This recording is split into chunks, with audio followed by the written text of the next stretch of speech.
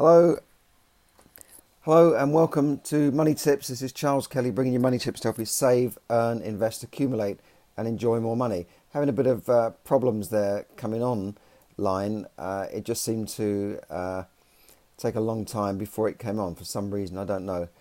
Anyway, today I want to talk to you about house prices, and this is obviously in the UK. I know I get a lot of people on Facebook Live listening from other countries, and great to have you with us, but at least you can learn a bit more about the UK market and some things that are going on in the world. Hi to everyone coming on there, and thanks for tuning in to my podcast, which you can find on iTunes and Stitcher. So house prices, now every couple of months a different survey comes out. Some are based on the sale price, the actual sold prices, like land registry figures, but we also look at the two main lenders, the two main building societies that used to be building societies, Halifax and Nationwide, which still is a building society. Hi to Magnolia, Tracy there. Hi everybody. And the Nationwide have come out with their survey, and they've said that annual growth in UK house prices have been below 1%, less than 1% each month for the last year in a stagnant market. And they're a major lender. So house prices rose just 0.8% in the year to late November, the Nationwide said. So it's a bit of a pickup on last month, but they're basically stagnant. Now in other countries, house prices might be shooting up all over the place, especially in Asia. But in the UK, things have definitely been slow. And now the average UK home now costs £215,000, but I wouldn't place much stock in that because there's a huge difference between the north and Scotland and parts of Wales compared to London and the southeast and southern England, where the economy is stronger. There's a huge difference between, say, the northeast, where you can probably still pick up a house for £60,000, and London, where you wouldn't even get, a studio for less than £200,000 or £300,000. Again, depending on the area, because London is a big place. It's not just what you see on TV, Big Ben and all that sort of thing. That's central London, the Houses of Parliament and the West End.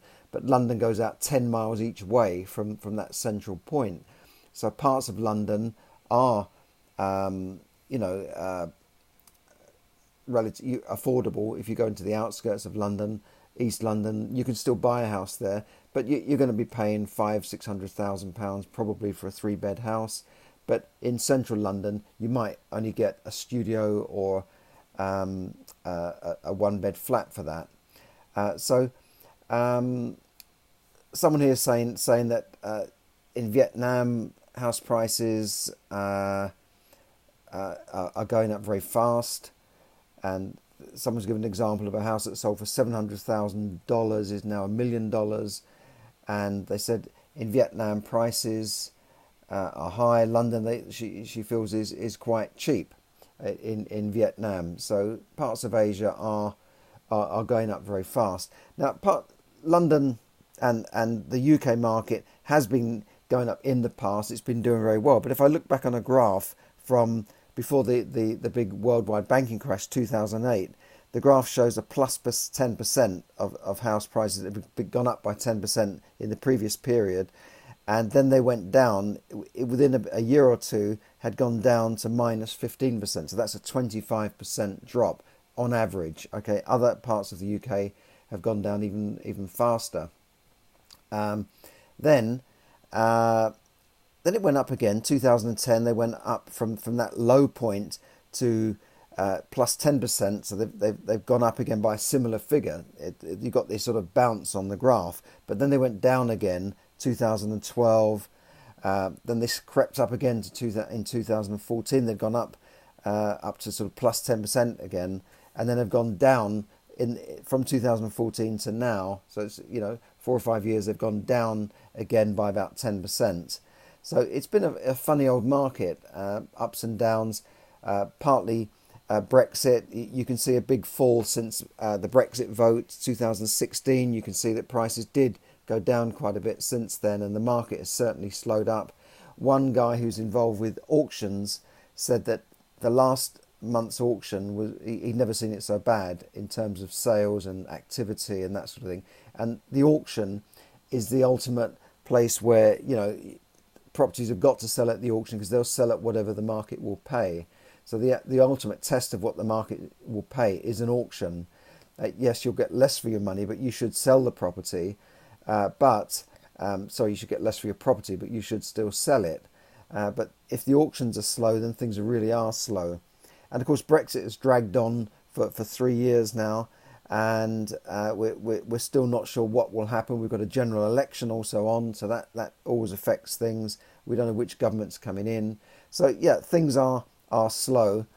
And what is the future? Well, I think long term property will go up and will be a good investment in the long term, because there is still a shortage of properties in the UK now. The government said last year they built 240,000 new homes. Not the government didn't build it, builders built those new homes, and a percentage of those would have gone for affordable homes for things like shared ownership. But in a way, those new builds kind of prop up the market, because if you've got in an area, you've got flats selling for say 300,000. A new build flat with a shiny new build and a help to buy scheme from the government to help people raise the deposits will probably sell for 350 to 400,000. And it's just a one bed flat like the old one bed flats, or a two bed flat like the old two bed flats. But new builds, I think, inflate the market, and especially with the help to buy scheme, which is a scheme to help people raise the deposit. So I think markets would be showing a lower figure. So that 10% drop from 2016 to now, I think is more like 15 to 20% in most areas if you take out the new builds that have been going on. So what I'm trying to say is you've got older stock, you've got existing housing stock everywhere, and the average price of those is only going up in the last year by 0.8% and has actually fallen from around 2015-16 by 10%, right? But those figures that the Nationwide show are the average figures for all properties. But I would say if you take out the new build and just include the older stock, I think the prices would have fallen more than that. And certainly in London, where most of the properties is older stock, I think prices have fallen 15-20% in the last few years. Now we say London again, but London's such a big place, 7 million people, stretching from the centre of London 10 miles in every direction. So you can't just call London one market. There's different parts of London that have moved in different ways, but central London has taken the biggest hit because of tax changes, increased stamp duties that made it very expensive for foreign buyers as well as UK buyers. The government have hit investors with higher taxes, taken away tax relief. So a lot of investors have got out of the market. So all of this has contributed to a falling market and a slow market. So that's where we are at the moment with the market. But the long-term factors I think are still good. Even after Brexit's finished, the UK will survive. UK will get on with business and could thrive in many ways. And you've got to believe that, whether you're a Brexiteer or a Remainer, you've got to believe in the UK will come back, and people will need somewhere to live. Now, the 240,000 homes that were built last year are just about coping with current demand. Net migration was still at a high figure. Net migration from Europe was still at 40,000 people just from the EU countries. So net migration is still running at a couple of 100,000 a year. Then you've got population growth. Then you've got people living longer. Then you've got people splitting up and needing two homes instead of one. So there'll always be that demand. And economics is about supply and demand, isn't it? When there's a demand for something, the price of things go up. That's what I learned in school. But we'll have to see how things pan out. At the moment, it is difficult. And in a way, it's good that prices are falling, that people can get on the ladder. But the lenders need to wake up and start making things more flexible for people to buy homes, especially young first-time buyers. So I think in the long run, prices will go up eventually. They won't be going up in huge leaps like they have been before, but they will go up. I think the country has become too dependent on the property market for everything, and it's time we sort of had a more stable property market and moved into thinking about other types of investment, not just everything been about property. So let's see what happens with that. Thanks for tuning in, everybody. Thanks for listening. And you know, I whatever your situation is with property, I hope you can either get into property in the next year if you're looking to buy property. Look at the lifetime ISA, which is a way you can save and get a 25% bonus towards your property if you're a first-time buyer and you're buying a residential property. And what I would hope is that the lenders, the banks and the building societies will start being more flexible with their lending. And I would like to see them bring back interest-only mortgages for residential people, because if you borrow 200,000 on an interest-only mortgage, so let's keep the figures simple. If you wanted to borrow 100,000 on an interest-only mortgage, and the rate was £2,000, 2%, that would be costing you £2,000 a year, right?